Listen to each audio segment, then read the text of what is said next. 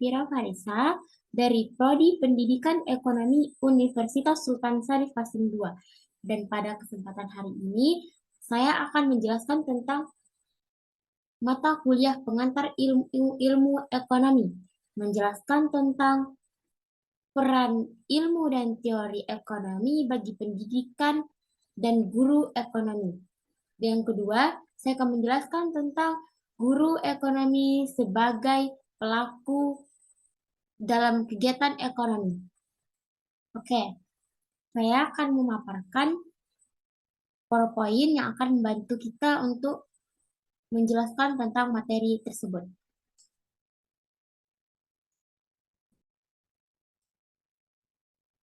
Nah, saya menjelaskan tentang mata kuliah pengantar ilmu ekonomi dosen pengampu Bapak Hendra Rialvita.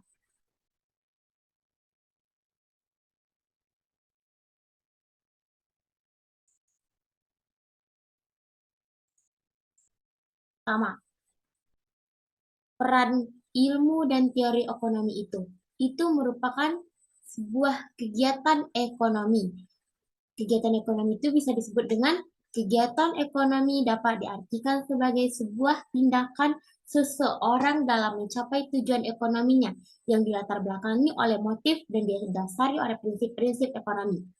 Di dalam ilmu ekonomi itu terdapat kegiatan ekonomi, terdapat juga sistem ekonomi, terdapat juga di dalamnya prinsip-prinsip ekonomi, motif-motif ekonomi.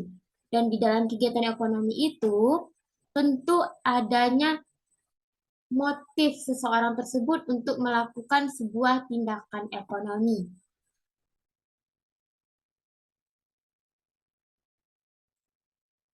Seperti ini, motif ekonomi itu disebut juga dorongan seseorang untuk melakukan kegiatan ekonomi. Dan dorongan seseorang itu melakukan kegiatan ekonomi itu memiliki prinsip atau tujuan.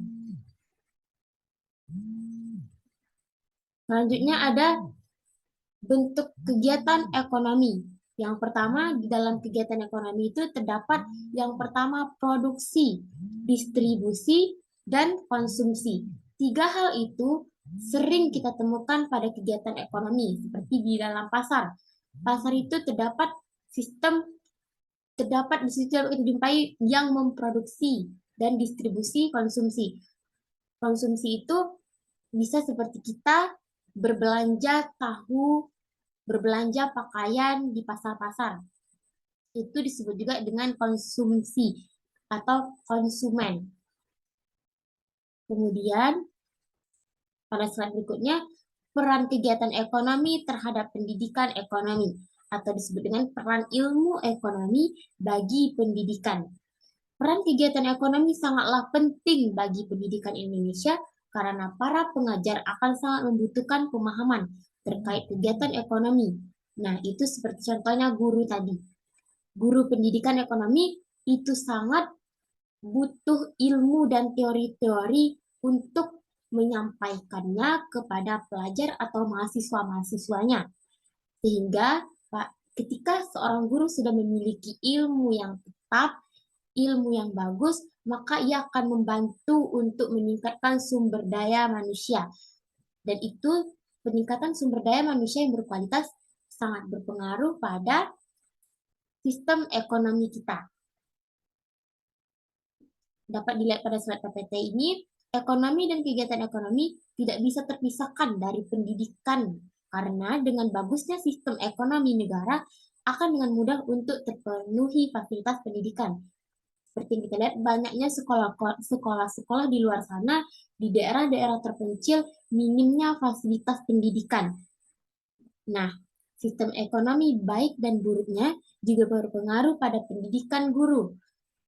Oleh karena itu, guru membutuhkan ilmu dan teori ekonomi untuk meningkatkan mutu kualitas guru.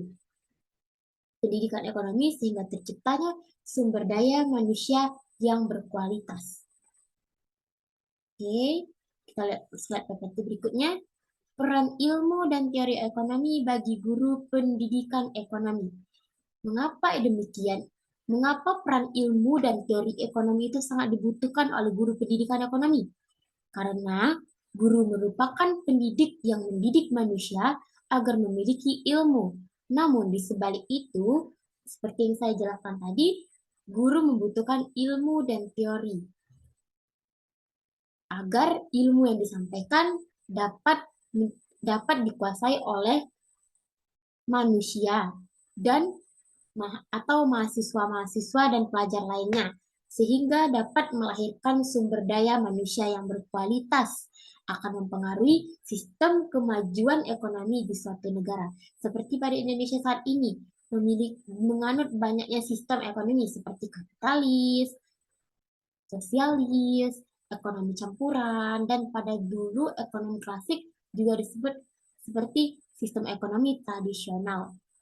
Maka, jika sumber daya manusia sudah berkualitas, itu akan mempengaruhi kemajuan suatu negara. Mengapa demikian? Kita harus menciptakan sumber daya manusia yang berkualitas. Seperti pada PPT ini, kita lihat akan meningkatkan etos kerja yang lebih baik. Jika seseorang individu itu memiliki etos kerja yang baik, maka terciptanya sistem ekonomi yang berkualitas, inovasi dalam teknologi-teknologi semakin maju, terutama dalam bidang ekonomi. Kita lihat slide berikutnya.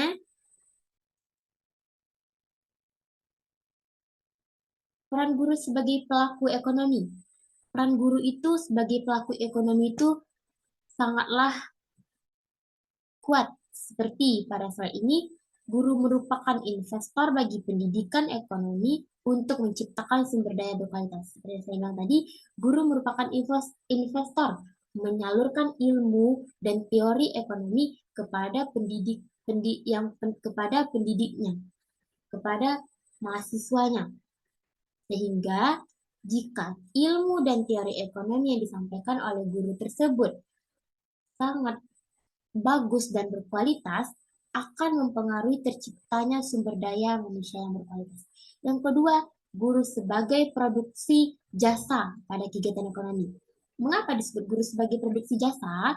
Karena guru pendidikan ekonomi menyampaikan, menyalurkan ilmu kepada mahasiswa, kepada pelajar untuk meningkatkan mutu kualitas sumber daya manusia. Maka dari itu, guru disebut sebagai jasa pada kegiatan ekonomi. Kemudian, guru menjadi peran utama untuk meningkatkan mutu sumber daya manusia dengan ilmu pendidikan yang bermanfaat. Seperti yang saya jelaskan tadi, guru itu sangat berperan penting karena guru diwajibkan untuk memiliki ilmu dan teori yang berkualitas sehingga akan mempengaruhi sumber daya manusia. Dan jika sumber daya manusia itu sudah sangat berkualitas, maka itu akan meningkatkan mutu sistem ekonomi Indonesia. Karena seperti meningkatkan sistem ekonomi kita yang akan lebih maju, sistem ekonomi terjadinya inovasi, kreativitas individu, itu tergantung dari ilmu yang dimiliki. Seperti contohnya, seorang dosen ekonomi. Itu dulunya mereka belajar dari guru ekonomi, dan guru tersebut menyampaikan ilmu dan teori yang berkualitas sehingga menciptakan sumber daya manusia yang berkualitas.